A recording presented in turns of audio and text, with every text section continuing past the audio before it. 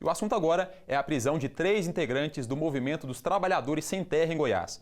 Nós estamos recebendo aqui no estúdio o advogado e professor da Faculdade de Direito da Regional Goiás, da UFG, Cleuton Ripoll, para falar sobre esse caso. Boa noite, Cleuton. Seja bem-vindo ao Boletim Conexões. Boa noite, Divino. Boa noite, telespectadores da TV UFG. Cleuton, desde abril já são 3 militantes, não é isso, do MST presos. Explica pra gente quais são as acusações que recaem sobre eles. Muito bem. Desde abril iniciou as prisões. O primeiro preso foi o Luiz, posteriormente o José Valdir e ontem tivemos a prisão, infelizmente, do Lázaro. Os crimes a eles imputados, né, os crimes que eles respondem, são crimes vinculados à luta pela reforma agrária. São crimes em que são conhecido o esbulho, que é a própria ocupação da terra, o dano, né, que pode acontecer ou não nessa luta pela reforma agrária, a situação de apropriação indébita, que é como está entrando numa área para fazer pressão para a reforma agrária, né, é outro crime, e o mais grave de todos agora, a novidade, né, dentro do ordenamento jurídico, que está sendo a imputação de organização criminosa. Como você enxerga, Cleuton, o enquadramento desses militantes como pertencentes a uma organização criminosa? Bem, a organização criminosa, ela, no meu entender, e no entender de vários juristas que já elaboraram notas, e depois a gente vai poder falar sobre isso, ele não se enquadra. Um movimento social não pode ser considerado uma organização criminosa. O movimento social, ele tem uma bandeira de luta, seja um movimento de luta por direitos da mulher, de movimentos negros, de LGBT e movimentos de luta pela reforma agrária. Então são movimentos que fazem parte da composição do Estado Democrático de Direito. Então, colocar movimentos sociais na condição de organização criminosa, isso representa uma violação à própria Constituição brasileira, que prevê as possibilidades de manifestação, de associação livre e de luta de dignidade. Cleuton, em uma das notas, de repúdio às prisões, que foi emitida pelo MST de Goiás, há a queixa de que o Poder Judiciário de Santa Helena estaria sendo omisso com relação ao acampamento Padre Josimo e a uma resolução pacífica do conflito. Explica pra gente essa situação. Muito bem.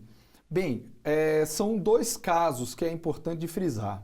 O José Valdir e o Luiz, eles foram presos, eles estão presos, tem 2 pessoas que estão exiladas também, tem prisão preventiva contra essas 2 pessoas, mas não estão presas.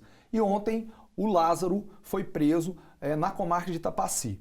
É uma outra situação. No caso específico de Santa Helena, e eu quero deixar claro, Divino, aqui, não é uma situação do Poder Judiciário em geral. É um entendimento do Poder Judiciário de Santa Helena. Isso é importante de dizer.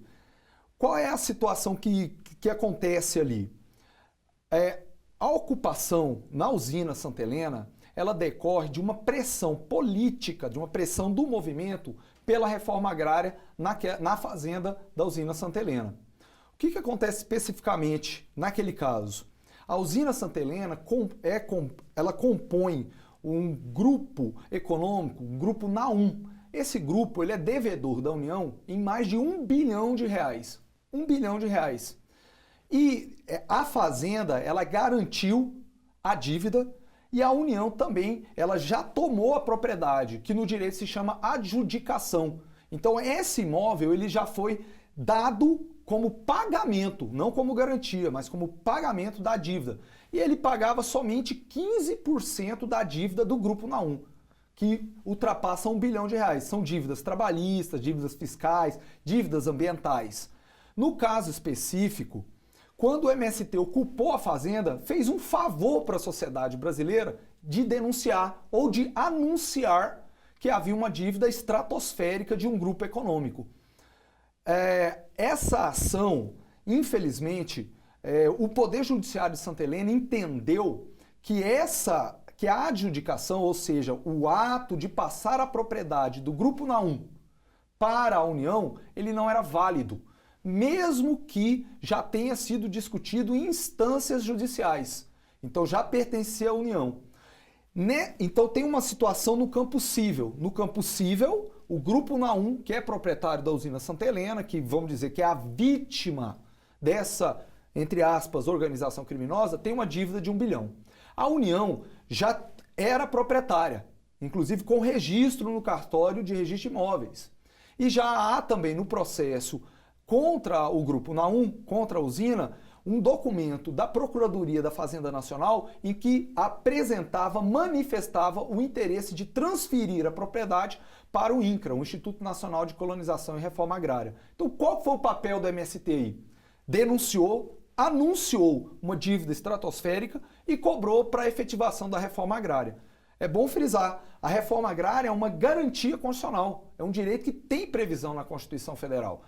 O que nós percebemos? Uma situação esdrúxula, né? Uma situação que foge do que é normal. Um grupo que tem uma dívida de 1 bilhão de reais, ele está sendo protegido por decisões judiciais. Então ele não paga as dívidas trabalhistas, é importante dizer isso. Inclusive já houve em Santa Helena manifestação dos trabalhadores. Tem trabalhador lá que diz que está na condição de escravo, porque não trabalha, não recebe o que trabalha. E esses próprios trabalhadores já atearam fogo em caminhões da própria usina.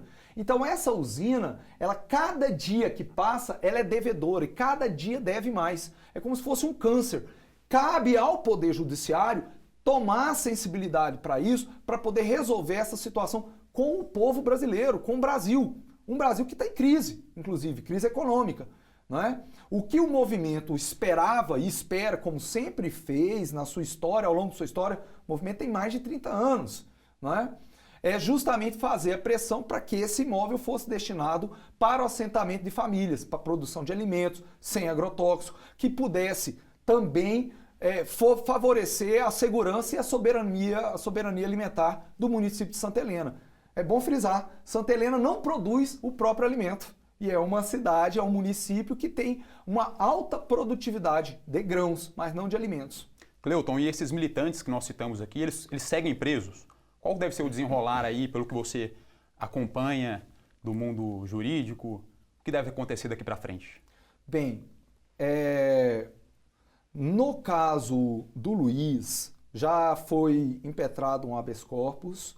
Esse habeas corpus já foi julgado, Infelizmente, o Tribunal de Justiça de Goiás o mantém preso, mas esse habeas corpus, né, que é o remédio constitucional, ele não visa ainda discutir se o Movimento Sem Terra é ou não uma organização criminosa.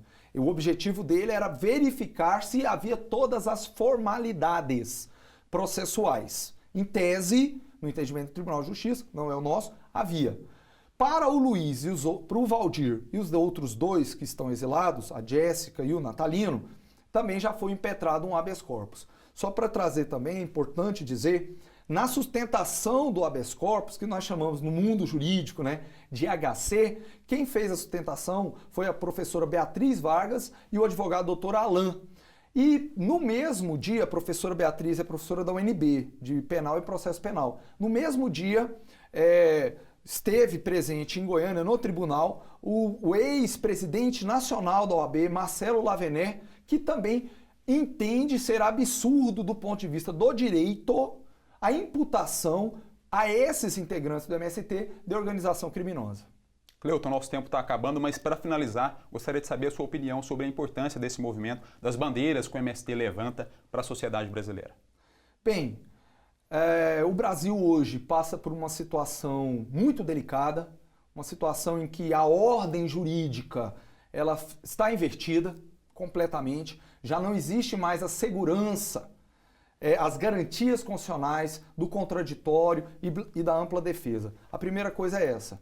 Então a gente precisa perceber que a ordem jurídica brasileira está sendo mal utilizada, infelizmente, no nosso país hoje. Isso é muito sério. Porque qualquer outro movimento social que vai defender qualquer outra situação, inclusive as questões dos direitos. Vamos perder direitos previdenciários, direitos trabalhistas. Então, quando o trabalhador e a trabalhadora acordar para a situação que está acontecendo no Brasil e for para a rua, essa manifestação pode ser enquadrada como uma organização criminosa. Então, o MST, assim como vários outros movimentos, ele representa um ensinamento de luta.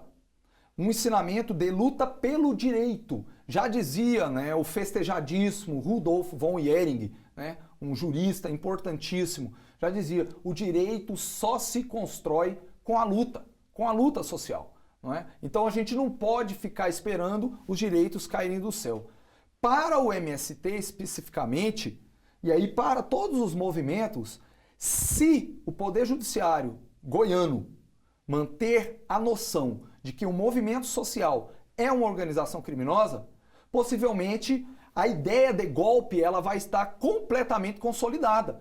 Porque como que você imputa uma manifestação, um movimento que é democrático, tem 30 anos na sua história como organização criminosa? Então, nós temos que observar isso precisa ser observado, a sociedade precisa estar atenta, porque sobre o argumento de que tem uma crise econômica, os direitos historicamente construídos com luta, eles estão sendo dilapidados. Em poucos meses, né? Em um mês, vários direitos já estão sendo dilapidados. Ou seja, criminalizar o MST é mais uma fase de um golpe que está sendo realizado no Brasil. Nós conversamos com o advogado e professor da UFG, Cleuton Ripoll. Muito obrigado por sua participação aqui no Boletim Conexões. Muito obrigado, Divino. Obrigado, telespectadores da TV UFG. Me coloco à disposição. Agradeço também. Eu quero também destacar que nós temos um movimento, o Movimento Goiano de Juristas pela Democracia. Esse movimento é bastante importante, agrega mais de 500 advogados e advogadas, juízes, promotores, procuradores, estudantes de direito, que nesse conjunto tem uma intenção de denunciar o golpe. E hoje à noite, quem puder comparecer, na Faculdade de Direito, às 20 horas, haverá um debate sobre criminalização dos movimentos sociais. Às 20 horas, com o João Pedro Stede, com o próprio Movimento Goiano de Juristas pela Democracia. Muito obrigado, Cleuton.